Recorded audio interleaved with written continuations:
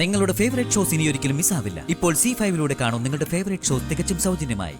നീ വാക്കുകൊടുത്ത രാജീവും വിദ്യാമയൊക്കെ മരിച്ചു മണ്ണടിഞ്ഞില്ലേ?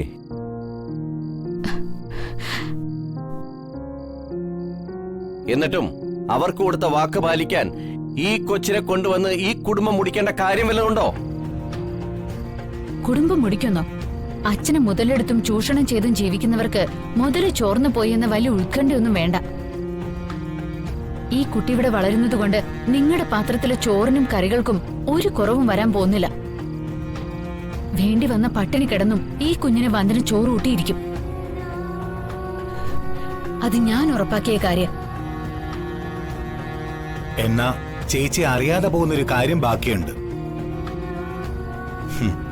ഈ കുട്ടിയുടെ അപ്പച്ചയും ഭർത്താവും ജീവിച്ചിരിപ്പുണ്ട്.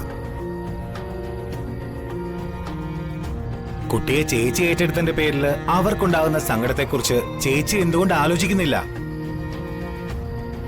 മനോജ്, നീ ഹരിതയെ കെട്ടിക്കൊണ്ടുവന്ന രീതി അങ്ങ് മറന്നുപോയോ? അങ്ങനെ ചെയ്തപ്പോ ഹരിതയുടെ അച്ഛനമ്മമാർക്കുണ്ടാകുന്ന മാനസിക പ്രശ്നങ്ങളെക്കുറിച്ച് നീ എന്തുകൊണ്ട് ചിന്തിച്ചില്ല? വെറുതെ വടി കൊടുത്ത് അടി വാങ്ങാൻ നിൽക്കാതെ പോവാൻ നോക്ക് മനോജെ. നിർത്തടി നിന്റെ ആള് ചമയല്. കുറച്ച് കൂടുന്നുണ്ട് നിനക്ക്. എന്തുദ്ദേശിച്ച അടി? യാതൊരു ഉപയോഗമില്ലാത്തൊരു കൊച്ചിന് വേണ്ടി വക്കാലത്ത് ഏറ്റുപിടിക്കുന്നത്. ഇത് ഭാഗ്യമില്ലാത്ത ജന്മ.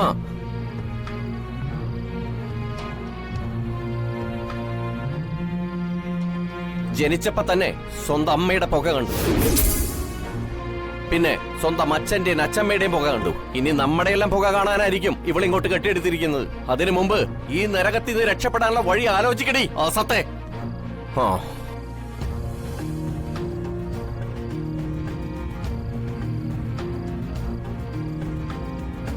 എന്തിനാ അമ്മ എല്ലാരും എന്നോട് ദേഷ്യപ്പെടുന്നത്?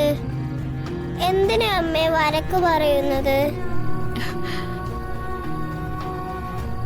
മോളിതൊന്നും കേട്ടതായിട്ട് ഭാവിക്കണ്ട. ഒട്ടും പേടിക്കുകയും വേണ്ട. മോക്ക് കളിക്കാൻ ഒരു കൂട്ടുകാരനെ കൊണ്ട് ആന്റി ഉടനെ വരാം.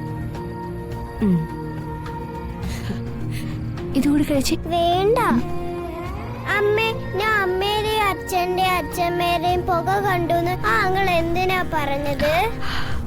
അങ്ങനെ പറഞ്ഞത് ആ അങ്കിളിന് ഭ്രാന്തായതുകൊണ്ടാ. ഭ്രാന്തന്മാര് ലെവലില്ലാതെ ഓരോന്ന് വിളിച്ചു പറയുമ്പോ പേടിക്കല്ല, ചിരിക്കാ വേണ്ടത്. മനസ്സിലായോ?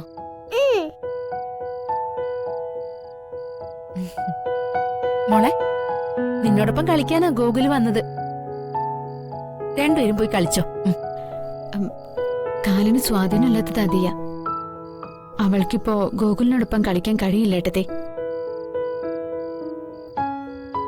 ചെസ് കളിക്കാം. അതിന് ഓടയും ചാടയൊന്നും വേണ്ടല്ലോ ആന്റി. ചേട്ടാ, എനിക്ക് ചെസ് കളിക്കാൻ അറിയില്ല. മോൾക്ക് വേണ്ടി ചെറിയമ്മ കളിക്കാം. ചെസ് കളിക്കാൻ പഠിപ്പിക്കുകയും ചെയ്യാം. എന്താ? എന്നാ കളിക്കാം. എന്നാ വാ.